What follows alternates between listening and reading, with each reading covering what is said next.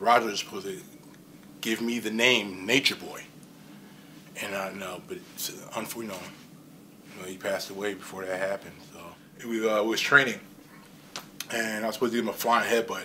It's funny as heck, and he whisked me off. Come up and do a headbutt.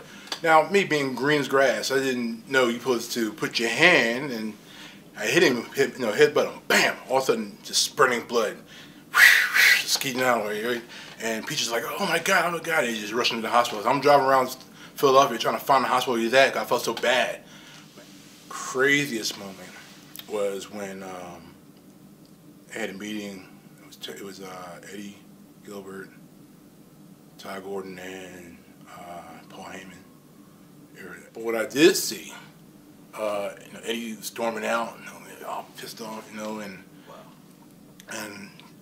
Paul was like, you don't understand. You don't understand what, because you gotta look at it. At that time, those guys were like tight. They were best friends. Yeah, they were tight, and the whole thing was okay, extreme.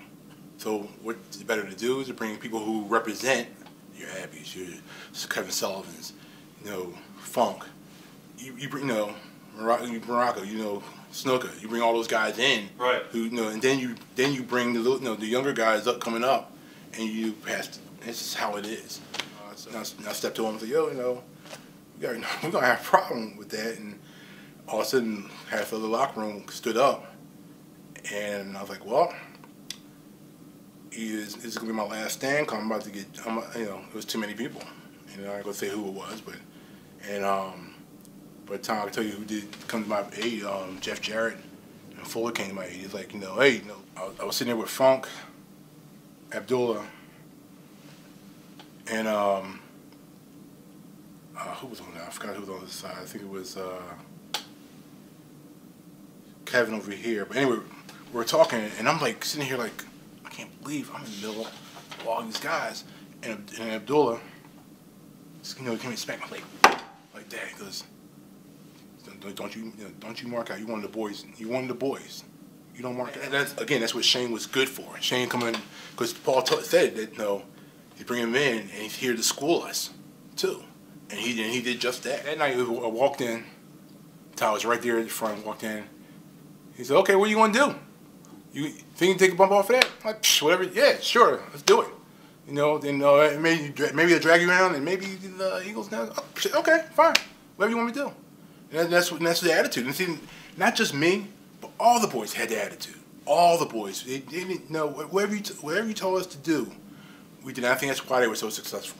From the conception of Tri-State, I thought the Philly wrestling area was always something special. Like DDP would say, hey, bro, I watch you. You watching me? I'm watching you. What do you mean you watching me? That's when you start seeing like, wow, this is something.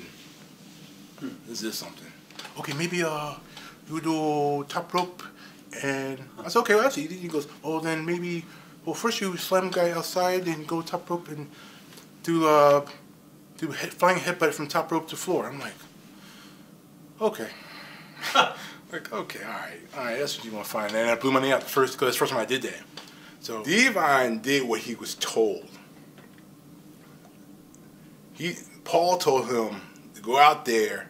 He said, take the question. You hit JT hard as you can. And he's like, Paul, no, he can take it.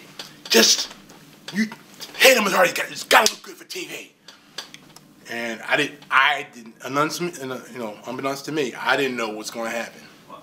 So I'm here like this, and I'm feeding him. He hits me crack. And I'm like, whoa! If you see the picture, you see me like, whoa! And he nailed me, and I couldn't do anything with my hands behind my back. I'm gonna slam you. I'm not gonna, just like I would, slam one person. I'm gonna slam you just like that. So, and she took it, man. She did everything. Everything was told. I told her she did it without question. She's a trooper. So I'm telling you, Taz was always cool. Cool with me. I had no problem with Taz. He want somebody else. Right. Well, I guess I distill the myth now. That was the most smoothest bump I ever took in my life. Wow. Didn't hurt at all. And I think it was just the fact that I remember going to the diner eating dinner, and he was telling me, Hey JT, what you need to do? We need to we need to do this, and we need first. What you need to do is you need to get your gimmick over. You need to get your gimmick over, and you should get your gimmick over.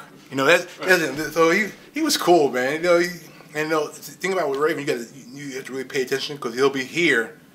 1 second. You snubbing me now? I was like, no, man. You just dude, no. I don't know if he's working or not. He's like, he had legit heat with me. And I'm like, nah. Again, I'm and then I tell the boys, I'm just introverted. I don't, if you're doing something, I'm not gonna bother you. Right? The first time you're gonna screw this up. You're gonna beat the guy down. You're gonna beat him down. The next thing you know, you screw it up, right? And about maybe 5-6 weeks down the line, you're probably gonna fake the screw up, then really get the guy. Cool, all right. But you're gonna be Italian.